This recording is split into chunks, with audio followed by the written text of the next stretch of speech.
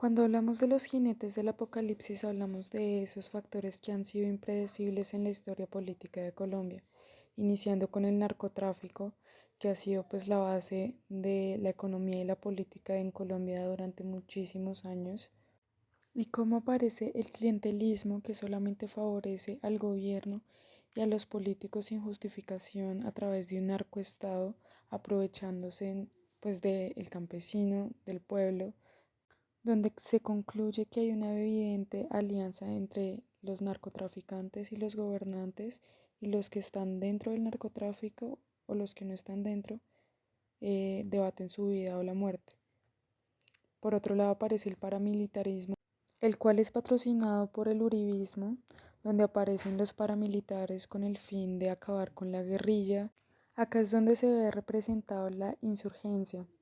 Entonces, vemos cómo los paramilitares, que son un grupo de soldados, atacan a los campesinos, quieren acabarlos, los roban, los expropian de sus territorios, y cómo el gobierno de Uribe los hace pasar por guerrilleros y los mata. Ahí es cuando se declara que hay un conflicto armado, lo cual aumenta la violencia.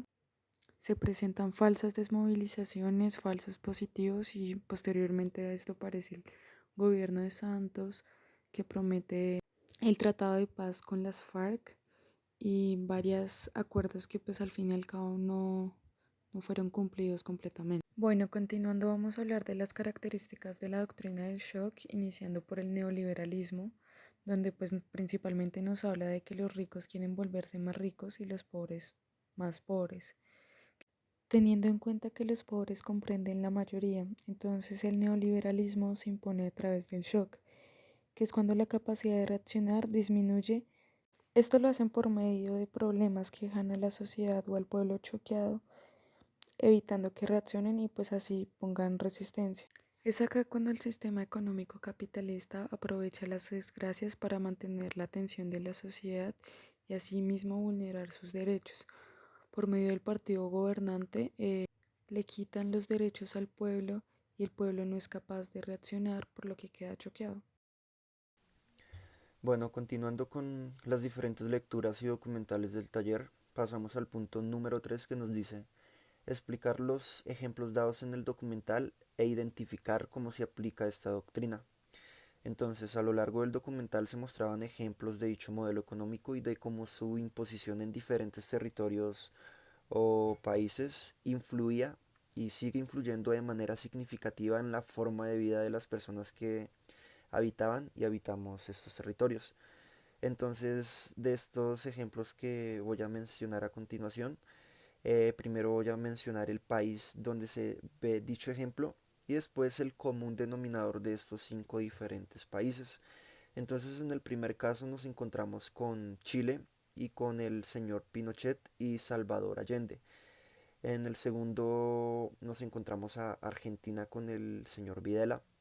En el tercero encontramos al Reino Unido con Margaret Thatcher y Estados Unidos con Ronald Reagan en el cuarto lugar.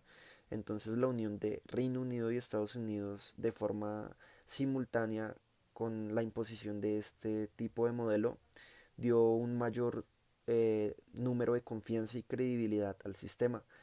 Y por último encontramos a Rusia, o bueno, la antigua Unión Soviética con Boris Yeltsin. Entonces, el común denominador de estos 5 casos en estos 5 diferentes países es que para que el modelo de libre mercado se impusiera sobre otros modelos fue la violencia. Entonces, a los que se oponían a esta forma de shock o esta forma de gobierno o al radicalismo del capitalismo, simplemente eran asesinados o encarcelados. De igual forma pasa ahora con los que no están de acuerdo con las formas de gobierno actuales, pues los que no están de acuerdo con estas formas de gobierno simplemente son desaparecidos o encarcelados por pensar de diferente forma. Continuando con el documental acerca de la doctrina del shock, encontramos el siguiente punto que dice así: indagar al menos 5 ejemplos de la doctrina del shock en Colombia, bueno, de las cuales podemos nombrar los siguientes. Eh, En primer lugar, la subida del IVA en los productos de la canasta familiar. En segundo lugar, la privatización de los recursos naturales. Entonces aquí podemos encontrar ejemplos como Acueducto, Codensa, que digamos son estos entes privados que son los que fijan los costos y los precios que debe pagar la población para que se lucre las personas al mando de estas entidades privadas de forma un poco injusta. En tercer lugar, encontramos la Asamblea Nacional Constituyente del 91.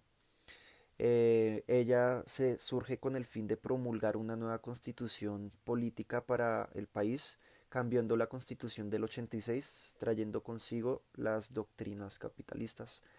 En cuarto lugar encontramos la subida del pasaje del Transmilenio.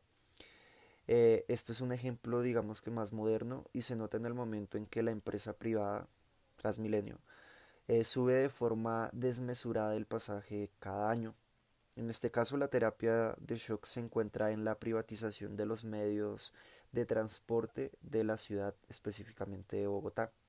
Y por último, ya lo veníamos nombrando, entonces encontramos las reformas tributarias que se aplican de toda índole en la imposición de impuestos, en muchos casos injustos para la población, injustos y descabellados. Bueno, por último, sobre la lectura del neoliberalismo respondiendo al punto 4.1, el cual debíamos explicar la lectura e indicar tres argumentos por los cuales no hay democracia en Colombia.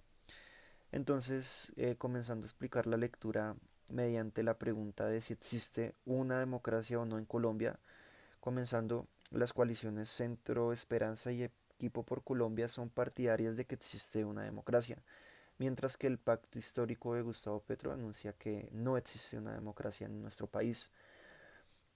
Al comienzo de la lectura se deja en descubierto la falta de democracia por parte del actual presidente de Colombia, Iván Duque, y de cómo falta ella por medio de diferentes maneras, mediante el clientelismo, es decir, nombramiento de personas de su círculo de poder a desempeñar altos cargos, esto desestabilizando así el sistema de pesos y contrapesos entre los poderes del Estado, o en conclusión desestabilizando la poca democracia que tenemos. La lectura avanza nombrando el capitalismo y cómo el capitalismo es el que genera que una oligarquía se disfrace de democracia. Nos indica cómo las democracias más antiguas y firmes se están desconsolidando, esto gracias al capitalismo que se ha ido impregnando mm, de poco a poco en la sociedad. También nos habla sobre la desigualdad y su relación inversamente proporcional con la democracia e indica qué estrategias deben realizarse para que se dé una democracia completa y verdadera. Entonces, factores como la igualdad jurídica, la libertad civil, la participación democrática, la igualdad social de oportunidades, la justicia económica, incluir una renta básica universal, un sistema fiscal simple, redistributivo y favorable al empleo, un régimen de salud universal independiente del empleo, educación superior pública y gratuita, son uno de los factores o unos de los factores que se deben tener y contener de forma necesaria en una democracia sana.